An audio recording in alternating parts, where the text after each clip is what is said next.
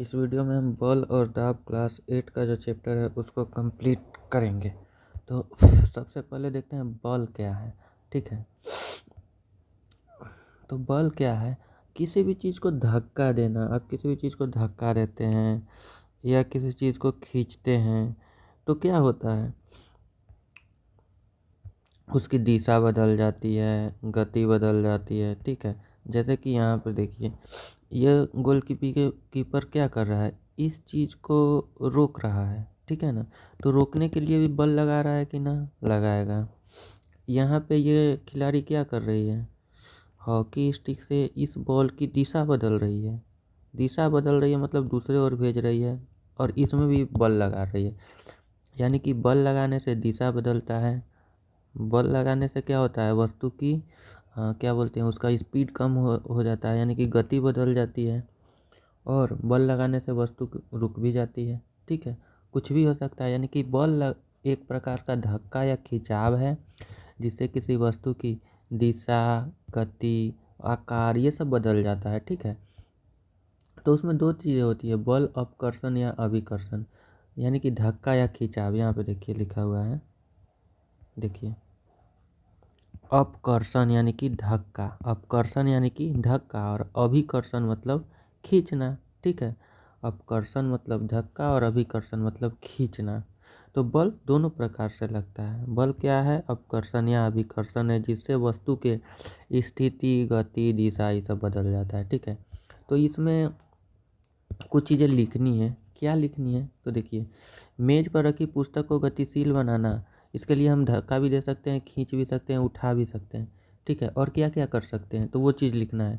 तो ये चीज़ें अपकर्षण है या अभिकर्षण, वो भी लिखना है। ठीक है, अपकर्षण मतलब हम क्या बताएं, देखिए धक्का, तो इस चीज़ को अति करने के लिए धक्का भी दिए हैं और खींचे भी है, अभिकर्षण भी किए हैं। ठीक है, ऐसे ही सारा चीज़ों में इसमें भरना है कि दरवाज़ा खोलना या बंद करना क्या है, दरवाज़ा को हम धक्का दे सकते हैं, तो इसमें लिख देंगे धक्का देना।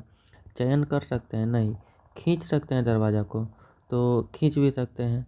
ठीक है, फिर उसके बाद ठोकर मारना दरवाज़ा को, तो ठोकर हम नहीं मार सकते हैं, ना ही उठा सकते हैं, ना ही झुका सकते हैं, ना ही उड़ा सकते हैं, ना ही फेंक कर सकते हैं, लेकिन बंद तो कर सकते हैं। तो अगला में लिख देंगे बंद करना। तो ये अपकर्षण है या अभिकर्षण है, मतलब दरवाज़ा वाला। तो इसको खींच भी सकते हैं और उठा भी सकते हैं, मतलब दोनों होगा, अपकर्षण अभिकर्षण दोनों होगा। तो ऐसे करके ये वाला चार्ट भरना है। ठीक है, उसके बाद यहाँ पे देखिए क्या दिया हुआ है, कक्षा इतना में पढ़ा कि चुंबक एक लोहे के टुकड़ों को अपनी ओर आकर्षित करती है। चुंबक में दो पोल होता है, आपको पता होगा, एक होता है नॉर्थ पोल, एक होता है साउथ पोल। मान लीजिए ये एक चुंबक है और ये एक चुंबक है। ठीक है, दो चुंबक हो गया, ये नॉर्थ पोल, ये साउथ पोल, ये नॉर्थ पोल, ये साउथ पोल। तो देखिए, अगर सेम ध्रुव हो गया तो एक दूसरे को प्रतिकर्षित करेगा। सेम ध्रुव हो गया तो एक दूसरे को प्रतिकर्षित करेगा, मतलब दूर भागेगा। ये इधर भागेगा, ये इधर भागेगा। ठीक है, लेकिन अगर समान ध्रुव हो गया, मतलब असमान ध्रुव हो गया, मतलब क्या, इधर साउथ हो गया और इधर नॉर्थ ही रह गया, तो ये एक दूसरे को आकर्षित करेगा, आकर्षित करेगा। और दो समान ध्रुवों के बीच प्रतिकर्षित होता है। समझ में आया कैसे? तो यही चीज़ समझाना था इसमें। तो ये भी क्या है, ये भी एक प्रकार का बल है। हाँ, ये भी एक प्रकार का बल है। अब बल अन्योन्य क्रिया के साथ लगते हैं, यानी कि बल किस तरह से लगते हैं, अब वो हमको देखना है। तो देखिए, इसमें क्या देखते हैं, बल अन्योन्य क्रिया के कारण लगता है, मतलब बल लगाने के लिए कम से कम दो चीज़ों का होना ज़रूरी है। जैसे कि देखिए, अगर ये कार है, ठीक है, ये आदमी बस यहाँ पे खड़ा है, कुछ नहीं कर रहा है, बस ये यहाँ पे खड़ा है, तो क्या ये बल लगा रहा है? नहीं, बल नहीं लगा रहा है। बट जब ये कार को पीछे से धकेलना चालू करता है तो बल लगा रहा है कि ना, अब बल लगाना चालू कर दिया। और बताइए, ये कार कब तक चलती रहेगी, कब तक आगे जाती रहेगी? जब तक ये आदमी बल लगाते रहेगा। जब ये आदमी बल लगाना छोड़ देगा तो कार थोड़ी आगे जाके रुक जाएगी। ठीक है ना, वही चीज़ यहाँ पे कह रहा है, कार को गति देने के लिए आदमी को इसे धक्का लगाते रहना होगा। यानी कि जब तक ये धक्का लगाते रहेगा तब तक ये कार गति में होगी, और ये जैसे ही धक्का लगाना बंद करेगा कार रुक जाएगी। वैसे ये लड़की देखिए क्या कर रही है, एक दूसरे पर बल लगा रही है, ये इसको धकेल रही है, ये इसको धकेल रही है। वैसे यहाँ पे देखिए ये लड़की दोनों क्या कर रही है, एक दूसरे को खींच रही है, ठीक है। यहाँ पे क्या हो रहा है, यहाँ पे भी गाय इधर खींच रहा है, ये आदमी इधर खींच रहा है, ये भी एक दूसरे पर बल लगा रहे हैं। इन सभी निष्कर्षों से हमको क्या पता चला है, बल लगाने के लिए कम से कम 2 चीज़ों का होना ज़रूरी है, यानी कि बल अकेले कभी नहीं लग सकता, ताली एक हाथ से नहीं बज सकता। यानी कि बल लगाने के लिए 2 चीज़ों का होना ज़रूरी है, अकेले बल कभी नहीं लगता है।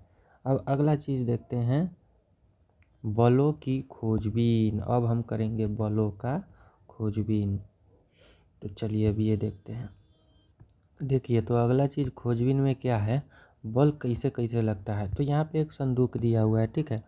संदूक को 2 दोस्त है, दोनों एक ही दिशा में ठेल रहा है, तो क्या होगा, ये संदूक आगे खिसक जाएगा। बट अगर दोनों मित्र विपरीत दिशा में गया और ये इधर से ठेल रहा है और ये इधर से ठेल रहा है, तो क्या होगा, संदूक कहीं पे जाएगा नहीं, एक ही दिशा में रह जाएगा। क्यों, क्योंकि देखिए इसमें दोनों आदमी का बल एक ही दिशा में लग रहा है, तो नेट बल थोड़ा ज़्यादा है। नेट बल, अब हम क्या बोले हैं, नेट बल मतलब कि कुल परिणामी बल दोनों एक ही दिशा में लगा रहा है, तो दोनों का परिणामी बल एक ही दिशा में हो रहा है, इसलिए ये बल कार्य करेगा। लेकिन यहाँ पर देखिए दोनों विपरीत दिशा में कार्य कर रहा है, मतलब ये भी कुछ बल लगा रहा है और ये भी कुछ बल लगा रहा है, बट दोनों एक दूसरे के अपोजिट लगा रहा है, तो यहाँ पे परिणामी बल कुछ और हो जाएगा और ये खिसकेगा ही नहीं, ठीक है। वैसे ही यहाँ पे देखिए रस्सा कस्सी के खेल में, यानी कि इसमें हम क्या देखे हैं, बल की जब हमने दिशा बदल दी है तो बल का परिणाम भी बदल गया है कि ना।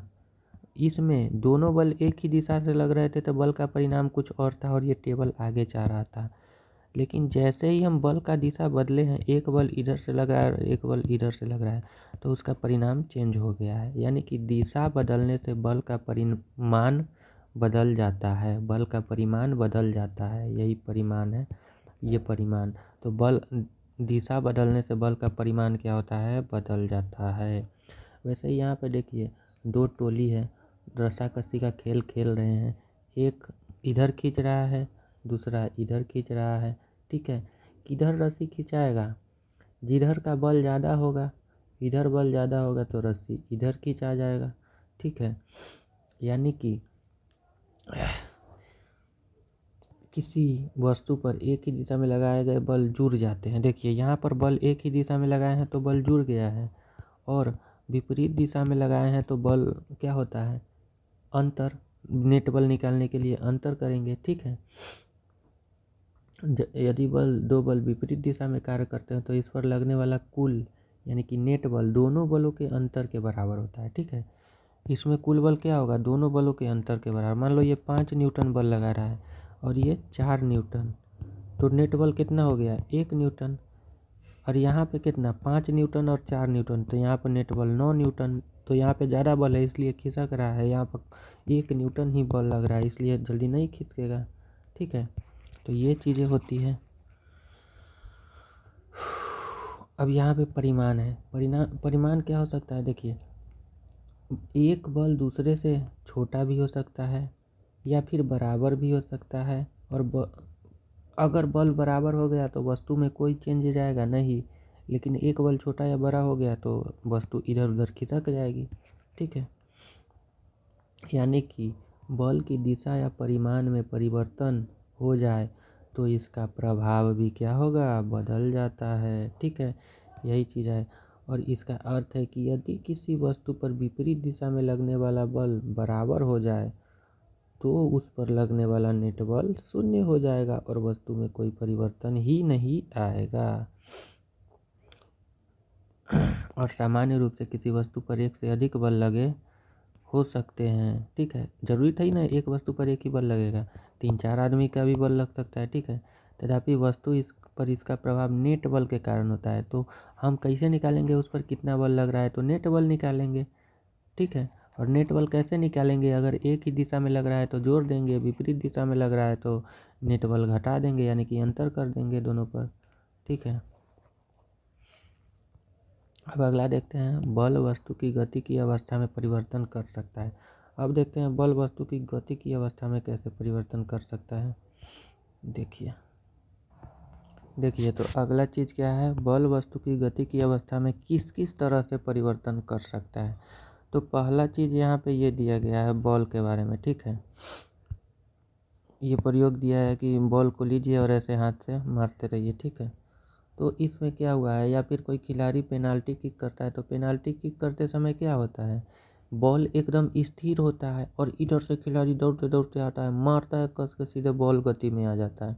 यानी कि बॉल विरामावस्था से एक के बार गति की अवस्था में आ जाता है कि ना। और मान लो गोली है, ये गोली नाम के लड़का है, गोली क्या कर रहा है, गेंद को रोकने में सफल हो जाता है। और गोली क्या करता है, गोलकीपर है गोली, बॉल जैसे ही तेजी से आता है, बॉल तो गति में है और गोली हाथ से एकदम रोक देता है बॉल को, यानी कि बॉल को गति से एकदम विराम में ला देता है गोली, ठीक है। तो इन सब चीज़ों से हमको क्या पता चल सकता है, क्या पता चला है कि बॉल लगाने से उसकी चाल बदली जा सकती है।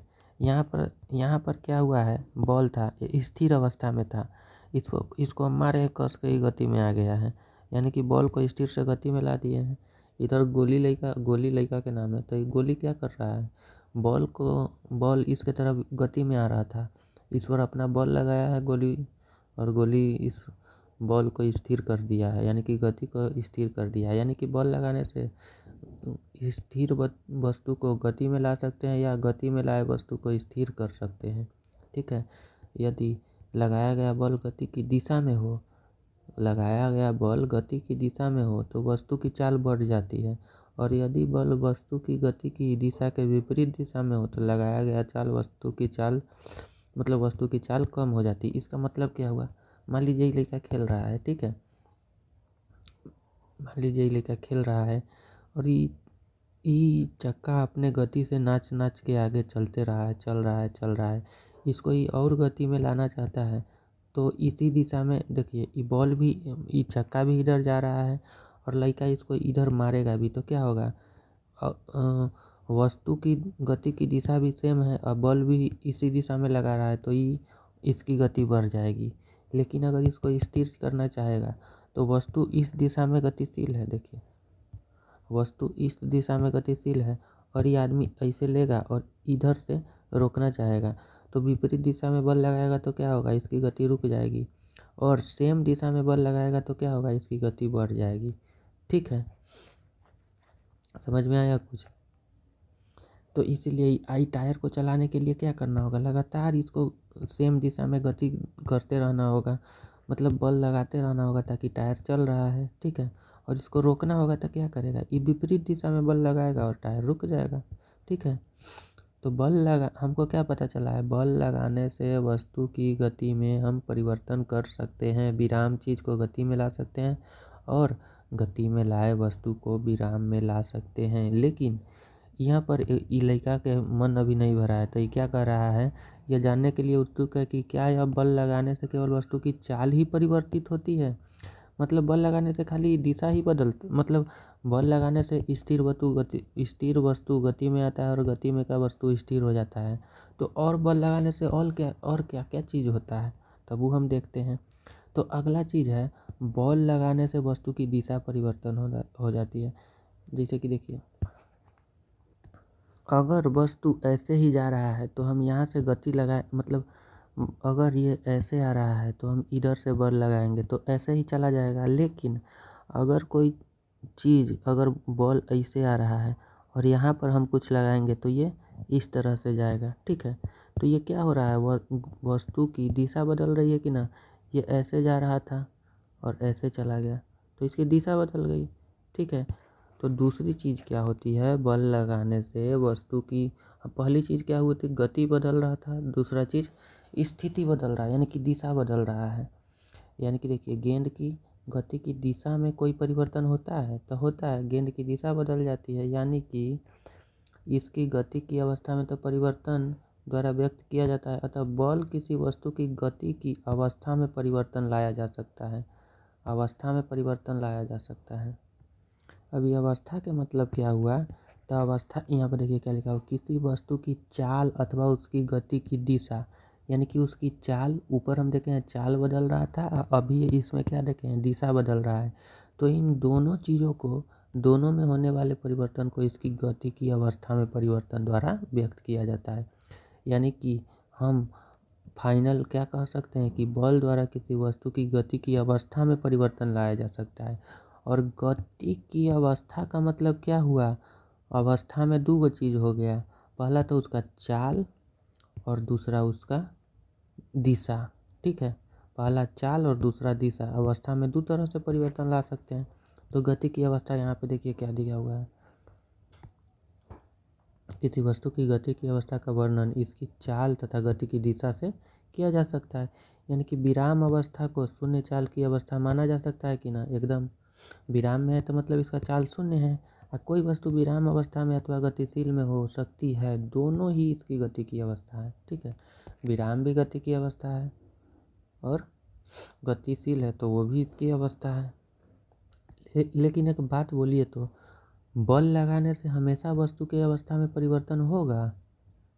कैसे होगा? मान लीजिए कोनो भारी संदूक है, ठीक है, भारी संदूक है, उस पर आप खूब बल लगा रहे हैं, उसको ठेल रहे हैं, लेकिन वो गति हो ही नहीं रहा है, गति हो ही नहीं रहा है।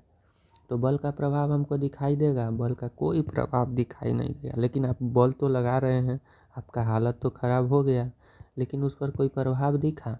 नहीं दिखा। तो ज़रूरी नहीं है बल लगाने से हमेशा परिवर्तन होगा ही, कभी कभी बल लगाने से परिवर्तन नहीं भी होता है। अब अगला देखते हैं, बल किसी वस्तु की आकृति में परिवर्तन कैसे कर सकता है। हम दो चीज़ देख लिए हैं, गति में परिवर्तन देख लिए हैं, दूसरा दिशा में परिवर्तन देख लिए हैं बल लगाने से। अब हम देखते हैं वस्तु की आकृति में क्या परिवर्तन होता है बल लगाने से। ठीक है, देखिए तो यहाँ पे ये चीज़ें दी गई है, बल किसी वस्तु की आकृति में परिवर्तन कैसे कर सकता है। तो यहाँ पे देखिए 3-4 चीज़ें दी गई है। मान लीजिए ये आथा गूंथ रही है, तो इसमें गति में कुछ परिवर्तन होगा? नहीं, इसमें गति में कुछ परिवर्तन, कुछ गति हो रहा है, बैठा हुआ है तो गद्दा पर, नहीं, इसका आकृति परिवर्तन तो हो जाएगा बैठेगा तो, लेकिन गति में परिवर्तन होगा नहीं। ये मान लीजिए एक हुक या दीवार में लगी कील से लटका कर रबर का छल्ला एक भार लटका कर या इसे स्वतंत्र सिरे को खींच कर, तो खींचेंगे तो इसके गति की अवस्था में परिवर्तन होगा? खींचेंगे तो नहीं, गति की अवस्था में परिवर्तन नहीं होगा। या दो ईंटों पर रखा प्लास्टिक या धातु का पैमाना और स्केल के बीचों बीच एक भार रखकर, स्केल है बीच में एक भार रख देंगे, तो गति की अवस्था में कोई परिवर्तन नहीं हो रहा है, लेकिन आकृति इसका यहाँ पर भी बदल गया, इस सोफा की आकृति बदल गया, सोफा की आकृति, इसका भी आकृति बदल गया, इसका भी आकृति बदल गया, खींचेंगे तो लमरेगा, खींचेंगे लमरेगा, इसका भी आकृति बदल गया, देखिए टेढ़ा हो गया स्केल, आकृति सब में लग रहा है बदल गया। यानी कि बल लगाने से हमने देखा था गति हो रहा है, दिशा बदल रहा है, और बल लगाने से आकृति भी चेंज हो जाता है। ठीक है, यानी कि देखिए यहाँ पे लिखा हुआ है बल लगाने से उसकी आकृति में परिवर्तन हो सकता है। तो हम लोग क्या क्या समझ लिए? पहला चीज़ तो बल लगाने से विराम से गति में आ सकता है, गतिशील वस्तु के चाल परिवर्तन कर सकते हैं, दिशा परिवर्तन कर सकते हैं और आकृति परिवर्तन कर सकते हैं।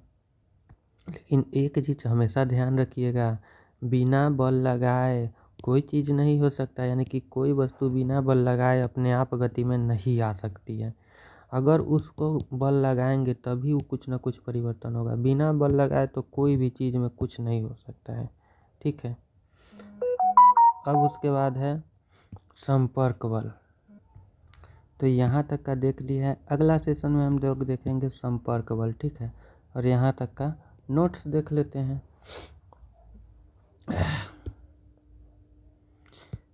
तो देखिए, अगर आपको अच्छा लग रहा होगा तो लाइक सब्सक्राइब ज़रूर कीजिएगा। ठीक है,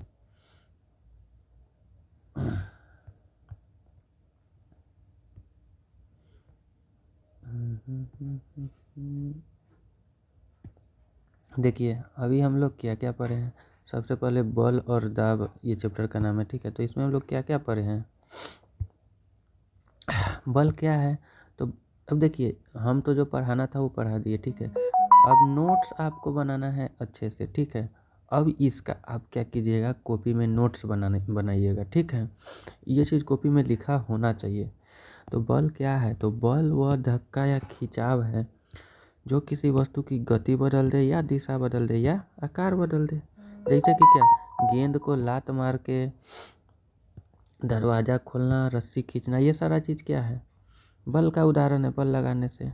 और बल के प्रकार, एक पहला तो धक्का और दूसरा खिंचाव। धक्का का मतलब क्या हुआ, किसी चीज़ को हम धक्का देते हैं, यानी कि जब वस्तु को दूर किया जाता है। एग्जाम्पल के लिए दरवाज़ा को आप धक्का दे के बंद कीजिएगा। और खिंचाव का एग्जाम्पल बताइए तो, जैसे कि कोई वस्तु की ओर लाया जाता है, मतलब जब वस्तु की ओर लाया जाता है, यानी कि कुएं से बाल्टी आप, मतलब कुएं से बाल्टी खींचना, आप ऐसे ऊपर खींचिएगा तो बाल्टी ऊपर आएगा, आप खींच रहे हैं। धक्का दे रहे हैं मतलब दूर जा रहा है, खींच रहे हैं मतलब नज़दीक आ रहा है। और बल कब कब लगता है, बल हमेशा जोड़े में होता है, ये याद रखिएगा। बल हमेशा दो वस्तुओं के बीच परस्पर क्रिया से लगता है। एक वस्तु अकेले अपने आप में बल नहीं लगा सकता है, ये हमेशा याद रखिएगा। बल हमेशा दो वस्तुओं के बीच परस्पर क्रिया से ही लगता है। एक वस्तु से हम बल नहीं लगा सकते हैं और एक वस्तु अकेले अपने आप बल नहीं लगा सकती है। ये चीज़ें हम जितना चीज़ पढ़ा है उसका निचोड़ है, ठीक है। तो इसलिए ये चीज़ का नोट्स होना चाहिए रिवीजन के लिए। और बल का प्रभाव हम क्या क्या बताएं, गति में परिवर्तन ला सकता है, यानी कि रुकी हुई वस्तु चलने लगती है, चलती हुई वस्तु रुक जाती है। जैसे कि फुटबॉल को लात मारना, ठीक है। गति की दिशा में परिवर्तन कर सकते हैं। कैसे दिशा परिवर्तन कर सकते हैं, क्रिकेट के गेंद को हिट करने से उसकी दिशा बदल जाती है कि ना, गेंद ऐसे आ रहा है, आप मारिएगा यानी छक्का चल जाएगा, दिशा बदल गया। आकार में परिवर्तन हो जाता है, जैसे कि रबर दबाने से उसका आकार बदल जाता है। तो या हम गति परिवर्तन कर सकते हैं, दिशा परिवर्तन कर सकते हैं, आकार परिवर्तन कर सकते हैं बल लगाने से। अगला पार्ट में देखेंगे संतुलित बल। ये देखते हैं अब संतुलित बल और असंतुलित बल। संतुलित बल का मतलब क्या होगा, बराबर बल होगा और विपरीत दिशा में लगेगा, तो उसमें नेट फोर्स क्या होगा, जीरो, तो बल संतुलित हो गया। और वस्तु की गति नहीं बदलेगी, तो इसी को कहेंगे संतुलित, ठीक है। यानी कि रस्साकसी के खेल में अगर दोनों टीम बराबर बल लगाए, इधर से भी बराबर से खींच रहे हैं, इधर से भी बराबर खींच रहे हैं, तो नेट बल जीरो, तो कहीं नहीं जाएगा रस्सी। और असंतुलित बल कब होगा, जब एक बल अधिक हो जाएगा, तो वही बल असंतुलित हो जाएगा और वस्तु की गति की दिशा बदल जाएगी। और जिधर ज़्यादा बल होगा उधर रस्साकसी वाला टीम जीत जाएगा। अगला वीडियो में देखेंगे संपर्क बल और असंपर्क बल। यहाँ से देखेंगे ये सारा चीज़, पहले बुक में पढ़ेंगे और फिर नोट्स देख लेंगे, ठीक है। लेकिन यहाँ तक का नोट्स होना ज़रूरी है, ठीक है। जो पढ़ाते हैं बुक, ठीक है, और उसके बाद यहाँ से नोट्स बनाते चलिएगा। धन्यवाद। अगर अच्छा लगे तो लाइक सब्सक्राइब ज़रूर कीजिएगा।